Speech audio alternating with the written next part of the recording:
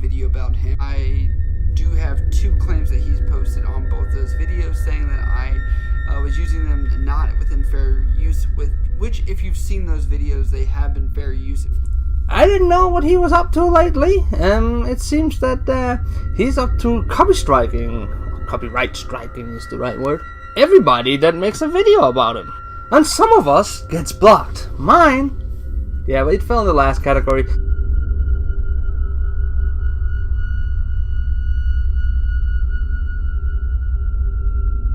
It's not just the popular people that he's going after. He's even gone after me. And this is funny because I'm not that big of a YouTuber. My videos don't get a heck of a lot of views. So the fact that he is attacking me basically just proves how desperate he is. Yesterday when I looked in my inbox on my email, I got this message saying that one of my videos, blah blah blah, has been copyright claimed by Onision. Like a month ago, I got an email all of a sudden and it says, hey, someone has created a copyright claim against one of your videos. And I'll be honest with you guys, I was a little bummed. But then I saw, Onision's the guy who claimed it. And it said, manual review by Onision. Now he's seemingly having a full-on mental breakdown behind the scenes. How do I know that? I don't know that. That's entirely subjective. But does anyone remember that fucking Onision guy from like 2 years ago? Who I made a couple videos about? Yeah, he copyright striked completely falsely one of my old videos. I made 2 reaction commentaries about Onision, and I was ranting off the top of my head and giving criticism. And Onision claimed my videos. I have 2 copyright strikes on my account as of right now. I made 2 videos a couple weeks ago. Onision has copyright struck those, putting me at 2 strikes on my YouTube channel. If I hit a 3rd this week, my channel will be suspended and terminated.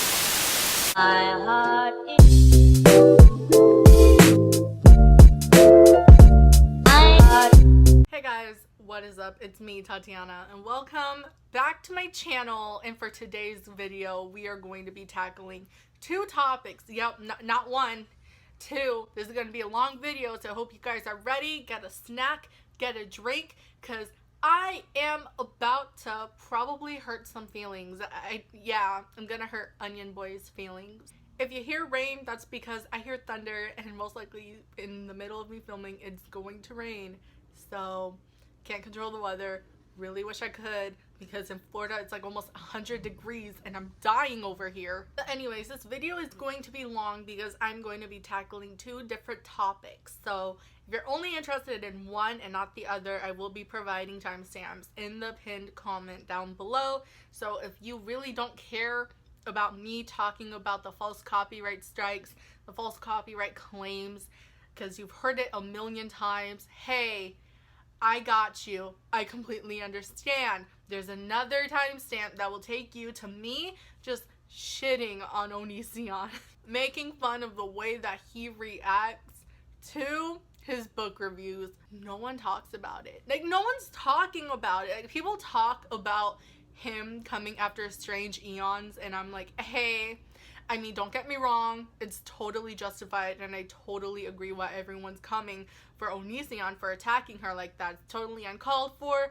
However, this is not the first time that he's attacked people for having differing opinions over his own work, and I'm just going to be also talking about the way he views his own work, because as a writer, I got a couple things to say, and I know I got a couple writers myself in my little community, whatever.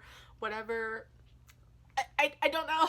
People who watch me, I am aware that they are also writers. So, hey, let's laugh about this together. Honestly, I did not think that I was going to sit down and film this video. I was really hoping by the 2nd month or so, Onision would be bored, he would be tired, and he just wouldn't be doing this anymore. And I'm talking about him doing these false copyright claims onto videos that fall under fair use. This high-pitched sound. So annoying. As you can see by that montage put together by yours truly, all the channels will be linked down in the description below in the order that they appear in the video. He has not stopped with these false copyright claims. Those of you who don't know, Onision has been on a copyright rampage, just copyright striking, copyright claiming videos, just going for anybody who has the audacity to criticize him as a public figure. The videos in question would like probably have a minute of him, and the rest of the video would be very long and just critiquing him, which falls under fair use. Let's do this Onision style, and let's look into the definition of what fair use is. The doctrine that brief excerpts of copyright material may, under certain circumstances, be quoted verbatim for purposes such as criticism, news reporting, teaching, and research without the need for permission from or payment to the copyright holder. So if you want to sit down and make a video critiquing Onision's latest upload, you know what? Technically, you can, and it will fall under fair use, and you should be protected under it. You would think that would be the case, but apparently YouTube just doesn't want to touch this situation with a 10-foot pole. Onision, I'm pretty sure for certain you've watched my videos, so I'm pretty sure that you are also watching this video too. As a matter of fact, you love watching every single video about you, and I know this because there are content creators in that montage that don't even pass 500 subscribers, 600 subscribers. Like, they're smaller than me, and I'm already small in itself. You will copyright claim their videos. They fall under fair use. I do not understand how you can make videos about Blair White and Dan Howell as an honest review, and you will get chunks of content that isn't yours, and you will use it in your videos. Oh my god. I just looked up the video that he copyright claimed, and it only has 194 views, and it was from 2 years ago. That's how I know Onision has to have watched my videos. He has to. And you may be wondering, because I've had a couple people ask me and tell me to be careful about making videos about Onision because he's going around doing stuff like this. Why am I not falling victim to this? Why has he not done a copyright claim on me? Why has he not done a copyright strike onto my channel? Let me tell you why. The reason for that is because although I've made several videos about Onision, and by several, I mean I've only done technically 3 or 4 videos, one of which was being a live stream, which was almost 3 hours long, and we were going like really off topic, but it's a live stream, so what content am I going to provide in there? The other videos I've done were my review of This Is Why I Hate You, my review of Stones to Abigail, my reading vlog, which I reacted to Stones to Abigail, and I'm going to be doing Reaper's Creek later this month. The reason he has not done a copyright claim on any of my videos is because I purposely went out of my way to avoid any clips of him in my videos. So after This Is Why I Hate You and Stones to Abigail, it has come out that he's been copyright claiming several videos and striking several channels. I was safe because I didn't include any of his content other than reading his book, reading excerpts from his book. In my Stones to Abigail review, I said that I really wanted to include clips of Onision, but that I was scared, I was a little iffy about doing it because of his copyright claims. So why am I making this video now? Why am I going to include clips of him? Look, one of my favorite YouTube channels, her name is Madam. She has been struck. She has been copyright struck by Onision. It was her video of her claims that brought me to making this video because I honestly thought that he had stopped. But it's really clear that he hasn't stopped, and he's still going on this malicious copyright attack on every single person who dares make a video about him. He's probably waiting for me to include him in my videos. That way he can copyright claim and take my revenue from it. It's malicious, and I don't understand why YouTube doesn't do anything about it. I've done some digging on Twitter, and it looks like someone did finally get in touch with some actual people from YouTube, and they are looking into doing something about Onision's copyright claims. However, I really don't have that much hope with it. I mean, don't get me wrong, a part of me is like, yes, please, is this the light? And at last we saw the light, like, really? Is something finally being done? But then another part of me is like, you know what? I've tweeted Team YouTube. Several other people have tweeted Team YouTube. They don't really do anything. So I really don't think much is going to come out of it. I could be wrong. I really want to be wrong. I really want to be proven wrong, because this is just unfair. Back to Madam. So Madam has done a video. She's done several videos about Onision, which I believe they're no longer up on her channel. Okay, so she's done 2 videos on her channel about him prior to the claims and the strike, one of which got taken down. It's no longer her channel, and she was just talking about how she was like worried that he was gonna come for her for the copyright claims and everything like that. And unfortunately she did. And about a week ago she announced that Onision not only claimed her videos but striked her channel as well. I made 2 reaction commentaries about Onision, and I was ranting off the top of my head and giving criticism. And Onision claimed my videos. This person has been abusing YouTube's copyright system and has been doing this to other creators. And I was making cheeky jokes in my video that, oh, he's gonna do it to me, oh, like it was a joke.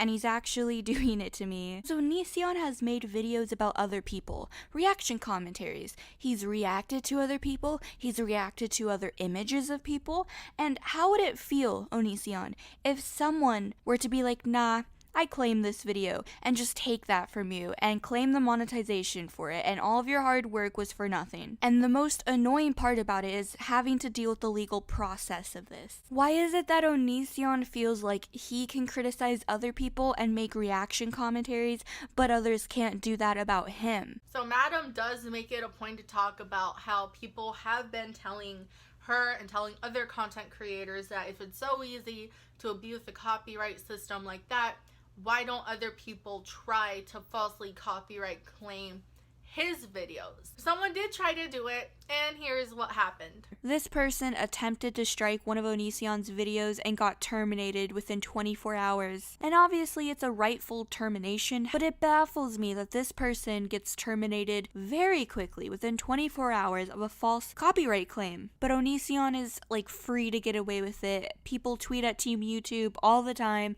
I'm sure they've seen it before, and they just do nothing about it, and it just makes me sad. So to all the people that were curious what would happen if somebody wrongfully striked Onision, I'll tell you, because somebody tried it and they provided proof. You get terminated quickly, and YouTube's on his side, unfortunately. If you want to see the rest of her video, it will be down in the description down below. It's a fairly short video, but it is really informative, and I really recommend watching it because it just really shows you the kind of person Onision is. Madam isn't that big of a creator. Granted, she's bigger than me, and I love her so much. I love her content. She's probably watching this video. We've had like a couple exchange of messages, and she seems like a really cool person. So I really recommend you guys going to her, subscribing, giving her support. Tell her I sent you, because honestly, I really don't think it's fair for Onision to be going after small content creators like that over stuff that he publicly puts out, because he is a public figure. So in terms of me talking about Onision and the whole copyright claims that are false and the copyright strikes that are false, I'm fully aware of what's going on, and I'm gonna be very careful in my upcoming Onision content. And you may be wondering, Tatiana, if you're nervous about this, why do you continue to do this? Because it's not fair. It's really just not fair. Onision, what he's trying to do is that he's trying to just silence every single person, not even the big channels like Blair White, like Repzion, like any of those people. He's even trying to silence small creators that have not even 1,000 subscribers. This man should be taken off YouTube. And I'm not saying that because I don't like the content he makes. A part of me is like, everyone has their right to say what they want on the internet, But at the same time, if you just can't follow the rules, if you can't follow the guidelines, and if you're doing that in malicious intent, you just shouldn't be on YouTube. You should have your channel terminated and say what you want. Some of you may agree, some of you may disagree, and that's totally fine. In my opinion, I feel like Onision shouldn't be on YouTube because he's already broken so many guidelines, so many rules and guidelines, and the fact that he's getting away with it, it just baffles me. But then at the same time, I really do believe YouTube, like Madam said, is on his side. That is it. That's all. YouTube is on his side, and I really want to be told different. I really want to be told that's not true. I really want to see his channel get, at the very least, suspended for some time. But at this rate, I feel like it's just not going to be, and I really want to be proven wrong. But please, like, guys, don't worry. I am still going to be making Onision content. My Reaper's Creek review will be coming up later this month, because I didn't decide to upload this video and not the Reaper's Creek video right away. My next video will be my Lele Pons review, and then I'll do Reaper's Creek, just because, you know, I don't really want 2 Onision videos in a row again. I don't really want my content to be just centered completely around Onision. In my opinion, Onision's just a garbage person. He's super fun to make fun of. I really don't care. But yeah, I don't really live off of YouTube, obviously. I just recently got monetized. I still haven't gotten my YouTube check now that I think about it. If I were to make a video and he decided to get the money off of it, I'd be annoyed, but frankly, me personally, I don't care. But I know it's not fair. And yeah, that being said, let's get into his reaction for book reviews, because oh boy, it's really no secret that Onision just can't handle criticism, and it's pretty apparent in this whole copyright rampage that he's going on. However, this isn't like recently. It's not because all of a sudden he's gotten like a surge of hate, which is well deserved. I'm not gonna lie, it's pretty well deserved for the things that he's done. But 2 years ago, he decided to just drag someone for posting a negative book review, and it is one of the most comical things I have ever seen from Onision, and not even in the good way. So there's this not at all helpful Amazon reviewer. I love that he says it's this not at all helpful Amazon reviewer, but let's take a minute and actually read the review. I wish I could give this pile of shit a lower rating. You'd find better works of fiction scattered on the internet from 12-year-olds. The plot of the book can be summed up as whiny teen angst. The writing is overdramatic, and often scenes are dragged out in paragraphs when they could be explained in a single sentence. Characters are boring. They have absolutely no depth whatsoever. Lines are often delivered in short single-word sentences. If anyone says they've actually enjoyed this monstrosity, they probably hate themselves. Don't waste your time. Don't waste your money. Do not support this author. Was this review harsh? Yeah, it was harsh. However, you cannot say that this review is not helpful, Greg. The writing is overdramatic, and often scenes are dragged out in paragraphs when they can be explained in a single sentence. To that, I agree. You will go on tangents for 1, even 2 paragraphs. I think even a whole page at one point. And it's kind of like, dude, you could literally sum this up in like 3 sentences. Characters are boring. They have absolutely no depth whatsoever. And that's true. There is little to no character development in any of the characters. They don't really have any personality traits. The main character, Arthur, because this review is 4 Stones to Abigail. The main character, he is a Gary Stu. He's just a perfect character, and he has everything given to him. There's really not much to analyze with him other than he's a Gary Stu, and that is the type of character that Onision sees himself to be. The love interest, Abigail, her whole personality is just, she's traumatized because Onision just makes her go through so much for seemingly no reason other than he just really loves traumatized girls. When I was like 15, 16, I wrote One Direction fanfic, and I only got like 1 chapter in, but I wanted to do a fanfic talking about Niall and this girl who was super depressed. And even though I got one chapter in, I had everything planned out. I said that this person, she's gonna go through this, she's going to want to end her life, and Niall's gonna come in and save her. She's gonna deal with self-harm, and Niall's gonna save her. Now that I'm older, I know that that was not the way to go. That was I'm so happy I did not write that fanfic. Well, you know, I wrote a chapter and then I never continued, but I'm super glad that I didn't, because the whole message behind it is just so disgusting. You know, like, no one, at the end of the day, no one can save you from your own mental illnesses. It has to be you, and you have to make the effort to want to help yourself. And I just don't agree with that message. And in this book, it kind of gives that message that Arthur pretty much saved Abigail from the whole dark history that she's had going on in her past, not in her past life, but just in her past. So there's like no character development other than Abigail learns to love again. But there's like no scenes that really show them loving each other. They don't go on dates. They don't, like, come on. There's no depth with the characters. Don't even get me started on Davis, because he's just annoying. Jesus. Lines are often delivered in short single word sentences. I agree. You put so much detail into things that really can be summed up in like a single sentence, like they said before. But then when it comes to actual dialogue, it's like almost nothing is there. So, and then don't even get me started with the whole, and then she said, and then he said, and then they said, so we all said. It's like, do you not know any other words other than said? Onision, yeah, like, I just can't. So by Onision saying that this review isn't helpful is just comical for me. It's so comical for me because this review is very helpful, and it just shows that he just can't handle constructive criticism. It's right here. It's right in front of me. He cannot handle criticism. It's helpful, Onision. Just because it doesn't kiss your ass doesn't mean that it's not a helpful review. Just admit that you cannot take criticism, and you should not be a writer. If you want to be an author, you have to take criticism, because not everyone is going to like your work. Like, regardless in the industry,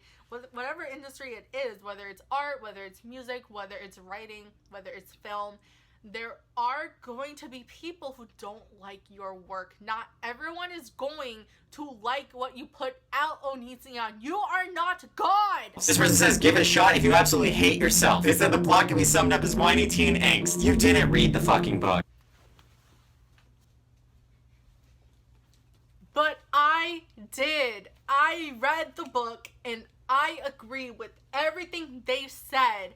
It's completely justified, Onision. You cannot tell me I didn't read the book, because I have 2 reviews and a live stream doing a more in-depth review about these 2 books. I know you're talking about this one, but I have to include this one too, because people read your book. Just admit you're not a good writer. You are not a good writer. Please keep in mind, you guys, Onision has bragged about he's bragged about him not reading for years, for like, what, I think 10 years since high school, something like that, and he decided to write a book. Dude, obviously you're not going to be the best writer. I don't understand why you feel the need to think that every time you decide to pick something up, a new project, every time you decide to be like, I should write a book, you think it's gonna be perfect. You think it's gonna be the greatest thing ever. And I got news for you, buddy. That's not the case. Your books are garbage. Because if you did read the fucking book, you would know how wrong you are. You say the characters are boring. I don't even want to tell you how not boring the characters are, because I feel like it would ruin the book. Onision, you writing the book ruined the book. But let's just say I did a photo shoot in this outfit to update the book cover to represent one of the fucking characters in the book, which you obviously didn't read. Oh, this character covered in blood is so boring. The character that he's referring to is Seth. Seth is Abigail's abusive ex-boyfriend, in which he only appears in, I believe, 2 scenes. One scene of him yelling at her, and then the other scene of him shooting up the school. Seth's purpose in this book is just to be a plot device. He has no personality other than he's mean and he's gonna shoot up a school. You just admitted that you only added this character for shock value.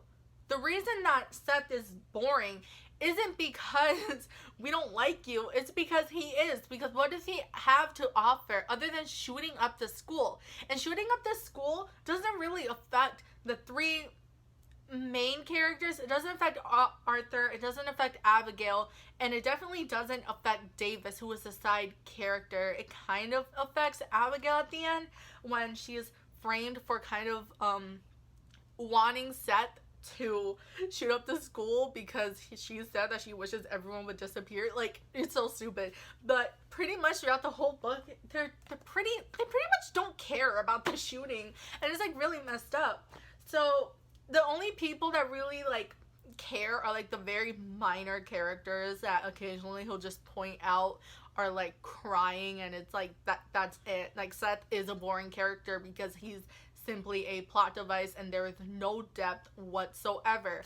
Just because he's wearing all white and covered in blood because he decided to do that doesn't automatically make him a, wow, you're so interesting, that's so crazy. Because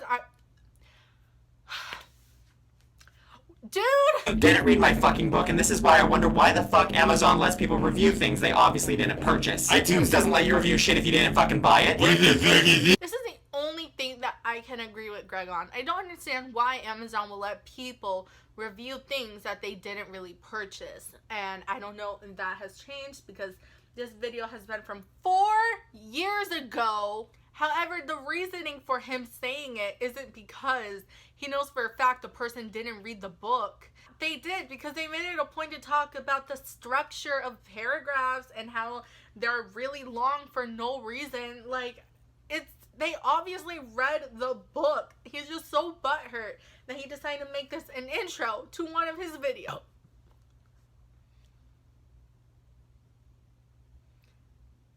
I am so sorry. Let's talk about Reaper's Creek. I have not read it yet, but I am going to read it, and the review will be out hopefully by the end of this month.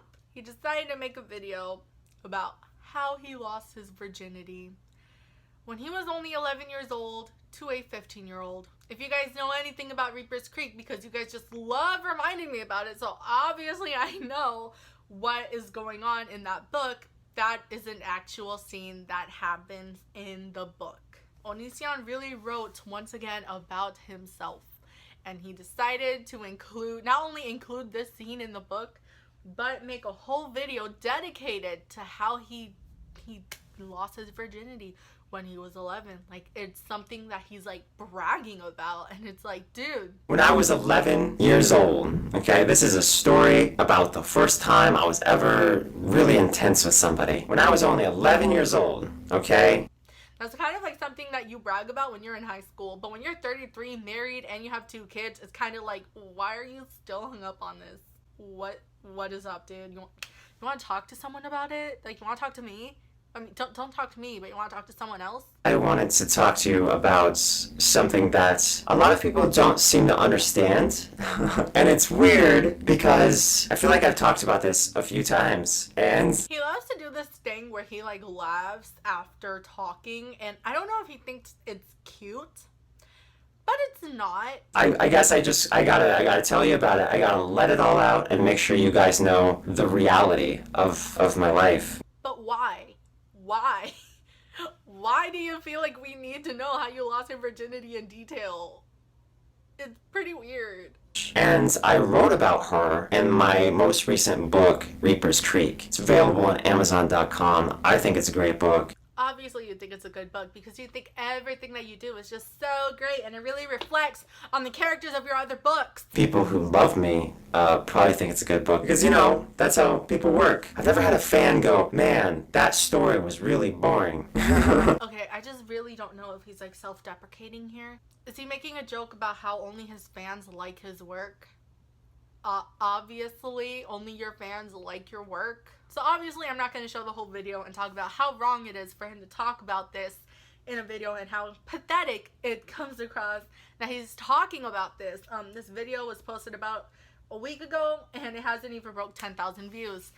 What I will say is I don't understand Onision's writing style. I don't understand his writing style because the things that he talks about, they seem to be aimed towards an older audience, but his demographic is younger kids. I want to say from ages 11 to 17. Like, they're meant for young adult, but he will feature themes that are just so not young adult. It's kind of like, what do you want to be? Do you want to be a young adult author? Do you want to be an adult author? It's who's your audience here? Because your audience is obviously 11 to 17 year olds, but you're not writing for them. It's kind of like you're just writing in a diary and you just have no one to share it with, even though it's not really the purpose of a diary. Oh wait, he kind of did that already, didn't he? As far as people writing about young folks getting with each other, you gotta ask the guy who wrote Game of Thrones about all the things he wrote about, if you think that there's something wrong with it. And you gotta ask the person who wrote It, the clown, because apparently some stuff happened in that book that I don't even want to talk about. First of all, you uncultured swine, It is not a clown. You are referring to Pennywise. Pennywise is one of the most famous portrayals that It uses to garner the attention of kids to eat from their fears. We do not know what the form of It is, because It loves to just take form of anything to attract fear in children. For those who don't know, I really love horror. Okay, so like that kind of struck a nerve, to be honest. But I know he did not just compare himself to George R.R. Martin and Stephen King. The demographic that they are writing for are adults. You are not writing for adults, Onision. You are writing for your audience that consists of 11 to 17-year-olds. You cannot sit here and defend your scenes of those really graphic and highly inappropriate parts in your book by saying, okay, well, like, these adult authors wrote it, so like, why can't I write about it? Because they're not writing for little tween and teenagers. They are writing for adults that can better understand this situation and interpret it in different ways. In It, the whole reason for that scene, I own the book, I haven't read it, but I know what scene he's referring to. The whole purpose of that scene is that way the characters, like the little losers club, they can all like form a bond. Like, it's just meant for them to be stronger and just form a bond together. I'm not saying I agree with that scene. However, what I am saying is that I understand why Stephen King wrote about it and wrote about it in that way. That being said, I'm not saying it doesn't make me uncomfortable. It makes me uncomfortable thinking about it, and I'm not looking forward to reading about it with my friend's book club coming up. You cannot compare yourself to someone like Stephen King. You cannot compare yourself to someone like George R.R. Martin. I don't understand what pedestal you're standing on right now, but you really need to take a couple steps off because it's clearly very high, and I don't know who told you. I don't know who told you that you are like someone who wrote It, like someone who wrote Pet Sematary, like someone who wrote The Mist, like someone who wrote the Game of Thrones series, but I can assure you, you are not and will never be someone like that. Truth hurts. I know. Not only is it poorly written, I mean poorly written. Why did you say the same thing twice? Not only do I like you, but I like you. His philosophy is that of an angry, edgy 17-year-old. Yes, the main character is 17. Wow, a lot of you guys like repeating yourselves. And by that, I mean a lot of you guys like repeating yourself. Because it's emphasis. They are emphasizing their point, which is why they repeat themselves. Do you not know? These comebacks are very bad. I'm only going to include a couple, but trust me when I say that these comebacks are just not good. This person says I went from the grammar of a 7th grader to that of someone in high school. Oh, so that's why I was in honors English in high school while simultaneously attending college, because my English is so bad. I don't believe that. I do not believe that. Why? Let me tell you why I don't believe that Onision was in all of this crazy stuff. Because it just doesn't reflect in his book. With the amount of typos, especially this one, with the poor sentence structure, guys, he doesn't even indent his paragraphs. He doesn't, like, there is no way that he was in all of these classes, these honors classes. I don't believe it. I would think if so, someone were at that level in school and they were to come out with books, it would reflect. It would reflect. Especially if they were doing this while they were in college. However,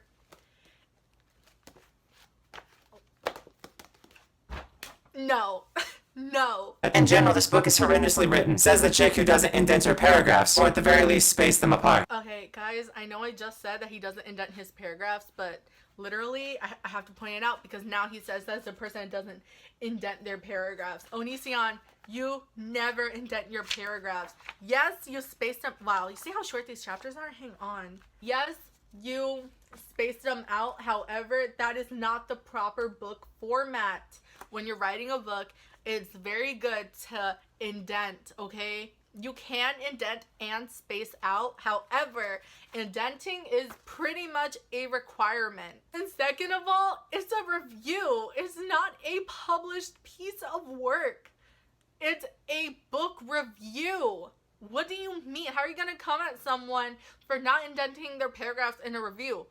It's a review. Onision only wrote this book because everyone else on YouTube has done it. Actually, I wrote 2 books. But really, the second book was me simply telling all you people to go fuck yourselves. So I didn't really mention that in my This Is Why I Hate You, but yeah, this whole book is meant to be like a, this is for all the haters. And I'm kind of like, I don't understand the message. It's a message like, yeah, like, you better not mess with me because I'm so tough and I'm also noble. I'm a white knight. Like, I don't understand the message behind this book.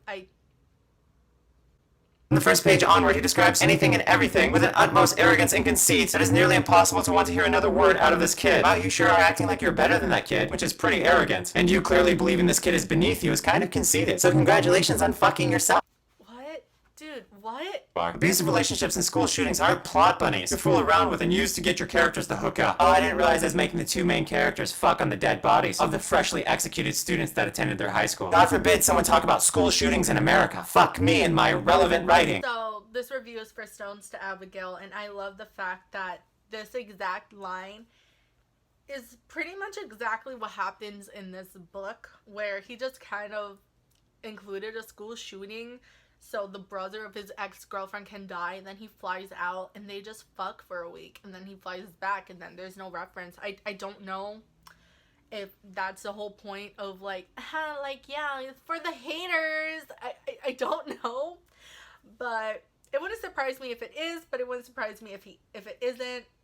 It really doesn't make for an interesting plot. I also like how they call it boring, considering all the fucking, killing, tragedy, body mutilation, relationship drama, domestic abuse. It goes on and on. But no, all of that is so boring. It is boring.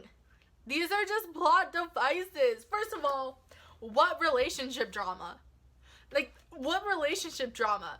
Arthur over here does nothing to like get her to like fall for him. I don't what relationship drama? And you guys already know how I feel about the whole school shooting. Onision, you including these very dark little tropes into your book doesn't automatically make it interesting. Main character was such a narcissistic brat. What is it about calling someone a narcissistic brat that makes you sound like a narcissistic brat? Just can't put my finger on it. Nothing about saying that makes someone come across as a narcissistic brat. It's honestly childish. I feel like that clip was just an excuse for him to flick off the audience. Like, what? Okay. And also, how could something be boring and disturbing? Disturbing is like the opposite of boring. The reason it's boring is because the characters, these books are written in first point of view. So you're reading from the point of view of the main characters, in which there is no depth. There is no personality. They're both Gary Stews. And the reason it's so disturbing is because you want to include these tropes, like a school shooting and rape and all of these really awful things, but they lead to nowhere. They're really only there for shock value. So the reader just leaves reading this book. They leave with nothing. I know I've read these and reviewed these like about a month or 2 ago, but I already forgot the plot. What I found the most revolting was how the protagonist treats women, how he manipulates them, exploits their insecurities, and takes advantage of them. That didn't fucking happen anywhere in the book. If anything, the main character constantly stands up for the girls, especially when other men are treating them like shit. You didn't read it, did you? No. It most certainly did happen, and I go over it in both of my reviews, and so does Crimson Rogue, and so does Strange Aeon. So even if you don't want to watch my reviews, go ahead and watch their reviews. I'm going to be linking my reviews down in the description down below, and I'm also going to be linking their reviews also in the description down below, because pretty much Onision is lying. When he says that none of that happened in the book, it most certainly did, and we all go in depth about it. So I don't understand what he means, what he's like going on about how none of that happened, because it most certainly did. That's enough of onion roasting for today. Onision is a very bad writer. I am going to be reading Reaper's Creek. I'm going to read Lele Pond's book. I'm going to finish that book first and then review it before I even think about starting Reaper's Creek. I think July I'm going to dedicate to books I actually do enjoy, because I'm not gonna lie, after reading those 2 Onision books, I have been in such a writing slump. Reading and writing, like, it really just took so much out of me. That being said, I really hope you guys enjoyed this fairly long video. I have more videos planned. Apparently in July we're gonna have a Camp NaNoWriMo, so I'm just gonna be doing a bunch of those vlogs, and I'm pretty excited about it. Let me know if you want me to post my next project that is not gonna be my very first book, but instead a little side project I've been thinking about on Wattpad or something. That way you guys can kind of get the gist of what my writing is like, because I've realized that I'm always talking about how I'm a writer and how I like to write, but you guys don't really know anything that I've written other than my video about me reacting to my old writing from like literally high school, and that's very bad. I can promise you it's changed a lot. Yeah, thank you guys so much for watching, and I will see you guys in the next one. Bye.